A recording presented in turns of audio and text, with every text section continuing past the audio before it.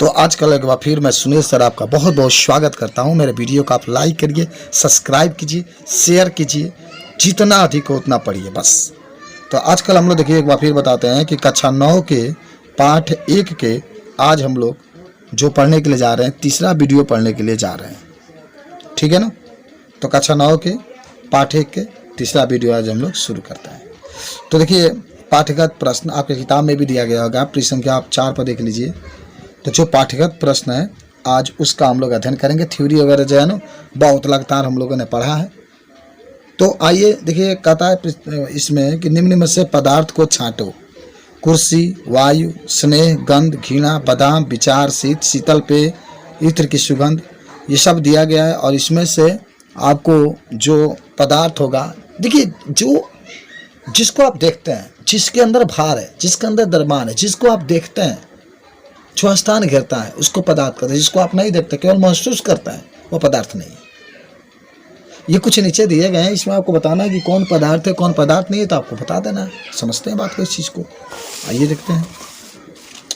तो आपका उत्तर में जब आप लिखेंगे तो देखिए पदार्थ निम्न है। कुर्सी कहीं रखते हैं ना, स्थान घेरता है। हवा, वायु जिसको कहता है, बादाम तथा शीतल पेय पदार्थ, यह सभी स्थान घेरते हैं तथा इन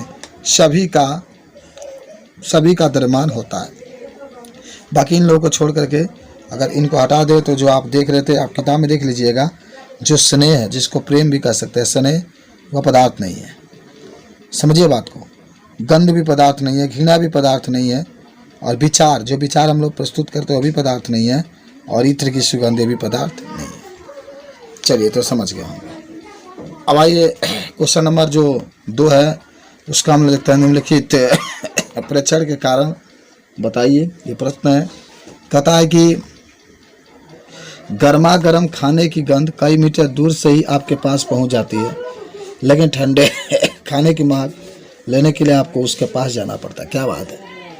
खाना के बन रहा है, बहुत गर्म है ना, तो उसका सुगंध बहुत, जब आप दूर रहते हैं तभी आपके पास आ जाता है, जबकि जो ठंडा खाना होता है उसका सुगंध लेने के लिए उसके पास जाना पड़ता है। ऐसा क्यों होता है? तो देखिए आप इसके उत्तर में कह सकते हैं, किसी पदार्थ की गंध या महक हमें तब अनुभव होती है जब गंध के कण वायु में मिश्रित होकर के हमारी नाक तक पहुंचते हैं। यह भी जानते हैं कि कणों का विसरण किसी माध्यम में उच्च ताप पर अधिक तथा निम्न ताप पर कम होता है। इसलिए गर्मा गर्म खाने की गंध तेजी के साथ कई मीटर दूर तक पहुंच जाती है, लेकिन ठंडे खाने की गंध लेने के लिए हमें उसके पास जाना पड़ता है। तो जब जो आपका खाना होता है गर्म होता है तो उसके जो कण होते हैं तेज़ी से गति करते हैं और बहुत दूर से ही हमारे पास आ जाते हैं। उसके बाद से देखिए पाठ्यगत प्रश्न पृष्ठ संख्या 6 पर हम लोग चलते हैं।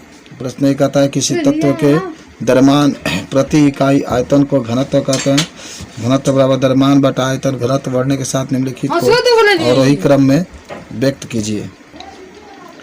पदार्थ के विभिन्न अवस्थाओं में निम्नलिखित का अंतर पाए जाते हैं। देखिए तो अंतर आपको बताना है कि कौन कौन सा अंतर है। गुण, ठोस, द्रव और गैस हो जाए। तो देखिए ठोस में पहले आकार की बात होती है, तो आप पढ़ चुके हैं कि ठोसों का आकार निश्चित होता है और स्थिर आकृति बनाए रखता है। द्रव में कह सकते हैं कि द्रव का आकार निश्चित नहीं होता है, परंतु जिस पात्र में डाला जाता है उसी आकृति ग्रहण कर लेता है, और ठोसों में आकार निश्चित नहीं होता है। आप कैसे कह सकते हैं कि आकार जो होता है निश्चित नहीं होता है? लेकिन देखिए एक चीज़ है ना, जो ठोस होता है, जैसे ईंट आप ले लें, उसका आकार एक निश्चित होता है। आप जिस आकार में देखते हैं उसी आकार में दिखाई देता है। पानी है ना, उसका आकार निश्चित नहीं होता है। अगर आप लोटा में रखें तो वह लोटा के आकार के ले लेगा, वह बात। अगर आप उसको बाल्टी में रखेंगे तो बाल्टी के, तो उसका आकार निश्चित नहीं होता। गैस का तो आकार और निश्चित नहीं होता है, क्योंकि अगर छोड़ेंगे तो हवा में उड़ जाता है, तो गैसों का आकार जो होता है और निश्चित नहीं होता। आप सुनिए, दृढ़ता की बात होती है। तो ठोस जो होते हैं दृढ़ होते हैं। दृढ़ का मतलब मजबूत होता है, और द्रव जो होता है दृढ़ नहीं होता है, वो बह सकते हैं, और गैस दृढ़ नहीं होता है।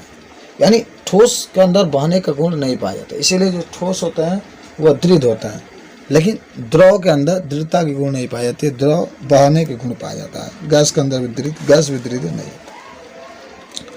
तीसरा है आयतन। तो आयतन की बात करते हैं तो ठोसों का आयतन निश्चित होता है।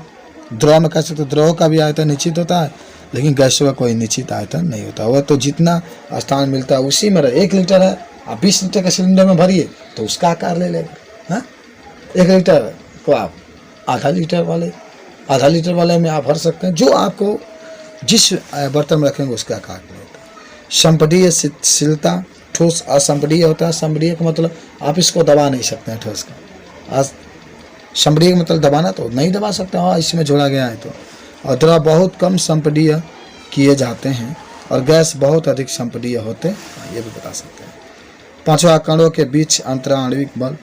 तो कह सकते हैं ठोसों के कणों के बीच बहुत अधिक अंतराण्विक बल पाया जाता है। द्रव में कह सकते हैं द्रव के कणों के मध्य ठोसों की अपेक्षा कम अंतराण्विक बल पाया जाता है, परंतु यह बल इनका आयतन स्थिर बनाने के लिए पूर्ण होता है।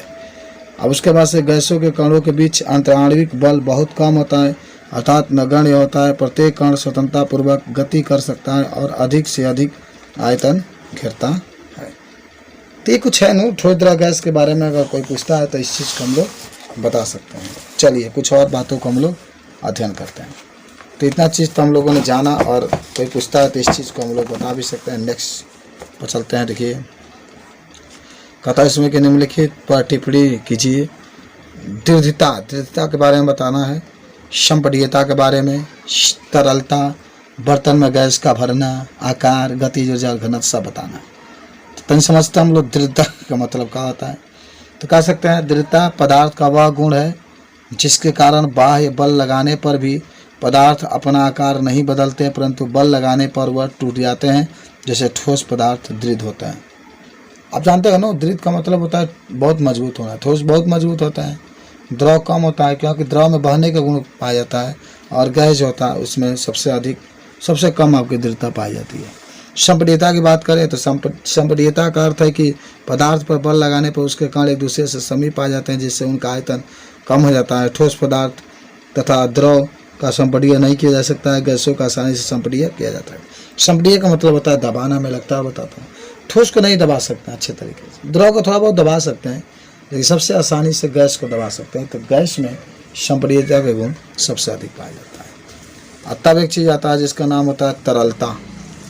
तरलता की बात करते हैं तो कह सकते हैं तरलता का अर्थ है बहाव। तरलता का अर्थ है बहाव। ऐसे पदार्थ जो बह सकते हैं तरल या द्रव पदार्थ कहलाते हैं। ऐसे पदार्थ